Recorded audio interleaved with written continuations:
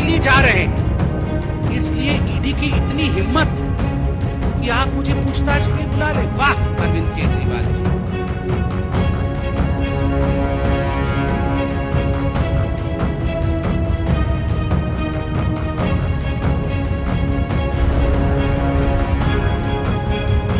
नमस्कार, मैं श्रेया शुक्ला और आप देख रहे हैं वीकी न्यूज। कट्टर ईमानदार का नारा देकर दिल्ली और पंजाब की सत्ता में आई केजरीवाल सरकार कितनी कट्टर ईमानदार है, उसके सबूत जेलों में बंद उनके मंत्री और साथी वक्त वक्त पर देते रहते हैं।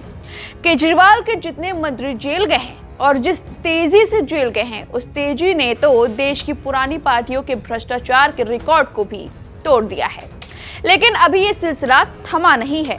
सीएम केजरीवाल पर भी गिरफ्तारी की तलवार लटक रही है। शराब घोटाले की जांच की आंच उन तक भी पहुंच गई है और शायद केजरीवाल को ये पता भी है कि ईडी पूछताछ के बाद उनको गिरफ्तार भी करेगी, इसलिए वो बार बार ईडी से भाग रहे हैं। पहले चुनाव के दौरान चुनाव प्रचार का बहाना बनाकर ईडी के बुलावे पर नहीं गए और अब वे पंजाब में विपशियाना का बहाना बनाकर भाग गए हैं। ऐसा आरोप बीजेपी का है। शराब घोटाले जिसके किंग पिन है अरविंद केजरीवाल, जिसके मास्टरमाइंड है अरविंद केजरीवाल, करोड़ों करोड़ रुपए का गबन किया है अरविंद केजरीवाल जी ने, मोटा माल कमाया है अरविंद केजरीवाल जी ने। जब इस विषय में पूछताछ करने के लिए बुलाया गया तो एक चिट्ठी लिखी है अरविंद केजरीवाल जी ने। वो विपासना के लिए जा रहे हैं। इसलिए ईडी की इतनी हिम्मत कि आप मुझे पूछताछ के लिए बुला ले। वाह अरविंद केजरीवाल जी। दरअसल केजरीवाल दिल्ली आबकारी नीति में हुए घोटाले और उससे जुड़े मनी लॉन्ड्रिंग मामले में ईडी की रडार पर हैं और इसी को लेकर पूछताछ के लिए ईडी केजरीवाल को बार बार समन देकर बुला रही है। लेकिन बावजूद इसके अरविंद केजरीवाल ईडी को ठेंगा दिखाकर बार बार जाने से इनकार कर रहे हैं। इस बार वे विपशियाना केंद्र पहुंच गए हैं। वे वहां 10 दिनों तक विपशियाना योग सत्र में भाग लेंगे। इस दौरान वे किसी के भी संपर्क में नहीं रहेंगे। ईडी ने 18 दिसंबर को मुख्यमंत्री को जांच में शामिल होने के लिए 21 दिसंबर को पेश होने के लिए नोटिस जारी किया था।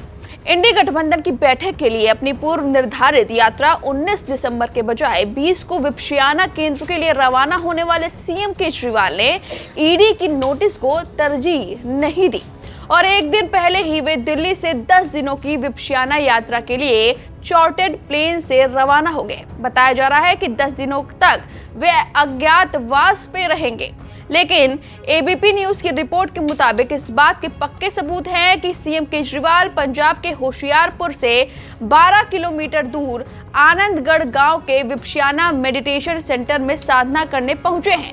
दिल्ली से जब केजरीवाल चार्टर्ड प्लेन से रवाना हुए तो पंजाब के सीएम भगवंत मान भी उनके साथ थे। दिल्ली से दोनों बुधवार शाम 4 बजे जालंधर के आदमपुर एयरपोर्ट पहुंचे, जहां से वे हेलीकॉप्टर से विपशियाना केंद्र के निकट चौहाल गए।